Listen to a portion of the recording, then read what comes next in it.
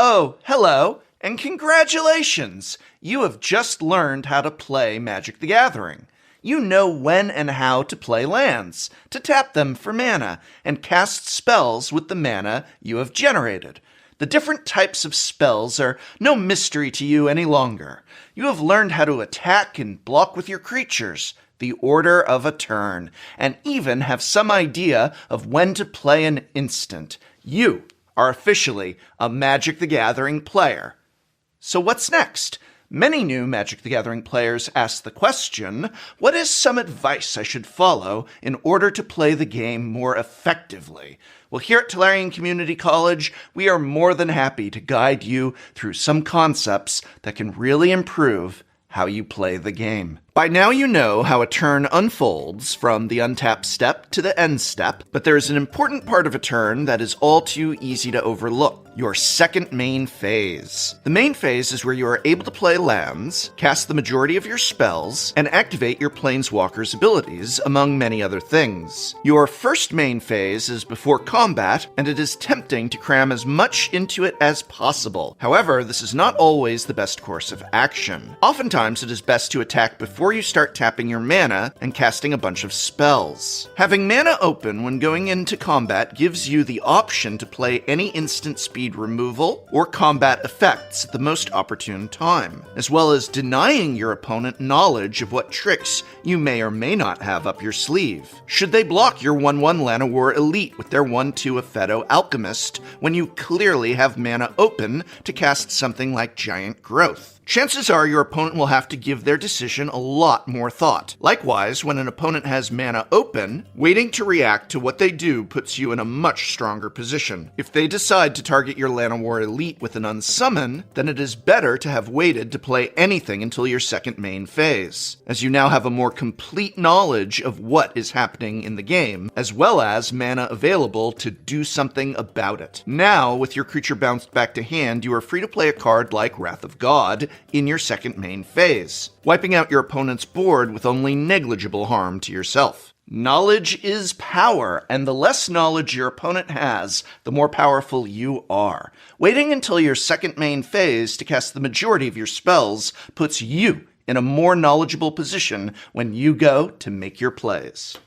Next, it is critical to understand life is a resource. Your life total is a fundamental part of Magic the Gathering. When a player has none, they lose the game. Well, usually anyway. Stop looking at me like that, Phyrexian Unlife. You're creeping me out. However, it is important to note that the player who wins with only 1 life to their name is just as much a winner as the player who wins with 20. You don't get to carry your life total over to the next game like some pharaoh with their treasures. Sometimes it is better to lose a little life now so that an opponent loses more later. Let's say you control an untapped 3/2 and your opponent decides to attack with their 2/2. Clearly, you could block their creature and both would die, but then you'd be out of a tool to attack on your next turn. However, if you simply take the 2 damage and then are able to attack with your 3/2 next turn, your opponent takes 3 damage. In that race, the player with the 3/2 is going to win. Furthermore, many powerful cards require their controller to pay life in order to work. A smaller life total is a small price to pay to ensure you have the cards and mana you need to win, or the ability to stop your opponent from doing so. That said, you still need some life, and your creatures are a resource too. Going back to our previous example, let's say the positions were reversed, and you control the 2/2 while your opponent controls the 3/2. If your opponent attacks with their 3/2 and you don't block it, not only are you losing the life total race, but you are making it harder to draw cards with your Sign in Blood, or cast your game-ending spell with mana generated from your Underground River. Life is an important resource in Magic, and like every other resource, it needs careful management in order to work effectively for you, now and in the future.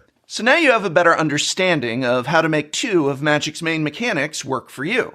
But what about actually casting your spells? Sure, casting sorceries and creatures during the second main phase is all well and good, but what about instants and activated abilities? How can you more effectively use those? If you have multiple things that you can do, what is the most effective order to do them in?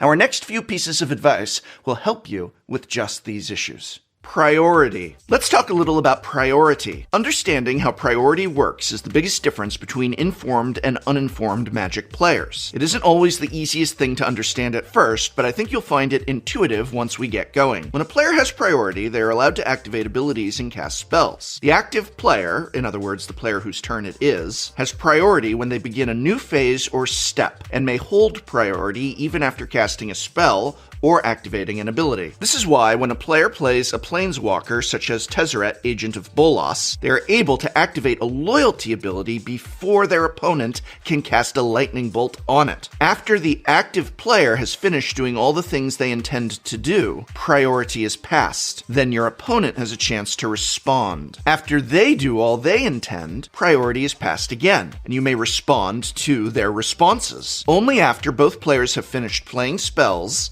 activating abilities, and passing their priority, do the spells and abilities resolve. In most games you'll play, passing priority will occur without being said explicitly, but it's still there. Understanding priority is key to our next topic: the stack. In Magic the Gathering, there is this thing called the stack, and that is where most spells and abilities go before they resolve and take effect. Most spells can only be cast on main phases when the stack is empty, but not so with instants. They can be cast any time that a player has priority. The basic principle of the stack is last in, first out. This means in a situation where your opponent casts a lightning bolt at your creature, and you respond by casting Giant Growth on that creature, even though you cast the Giant Growth after they cast their lightning bolt, the Giant Growth will resolve first, giving your creature +3/+3 and prevent it from dying to removal. Paying attention to when spells and abilities enter or leave the stack makes a huge difference. Of note is that new spells and abilities may come onto the stack even after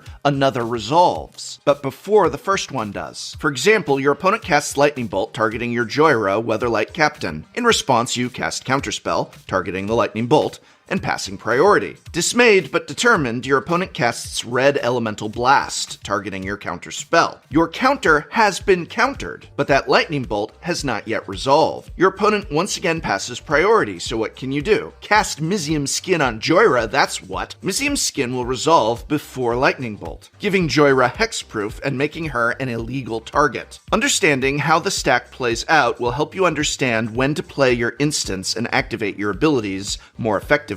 Sometimes spells and abilities on the stack cause other abilities to trigger. The triggered ability goes on the stack just like activated abilities. When two or more abilities trigger at the same time, you may put those triggers on the stack in whichever order you like. But which order should you put them in? That sounds like a question about sequencing.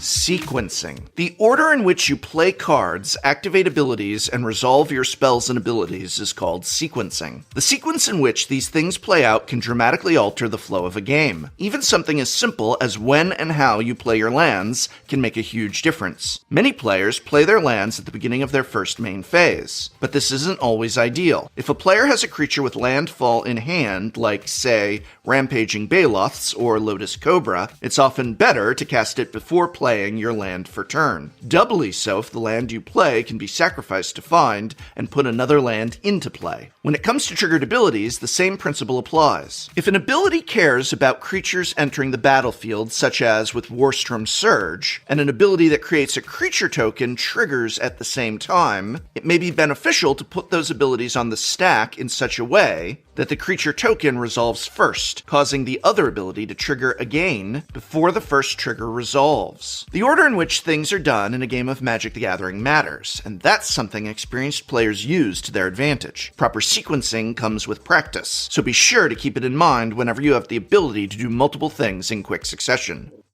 A firm knowledge of priority, the stack, and sequencing are all great tools to have at your disposal, and no matter how new you are to the game, you will play more and more like a veteran if you properly use that knowledge. It becomes much easier to react to your opponents correctly when you know when and how to do so. But I still have one more piece of advice in that regard, and it is a favorite subject of top-tier competitive players and freshly eliminated Commander players alike: threat assessment.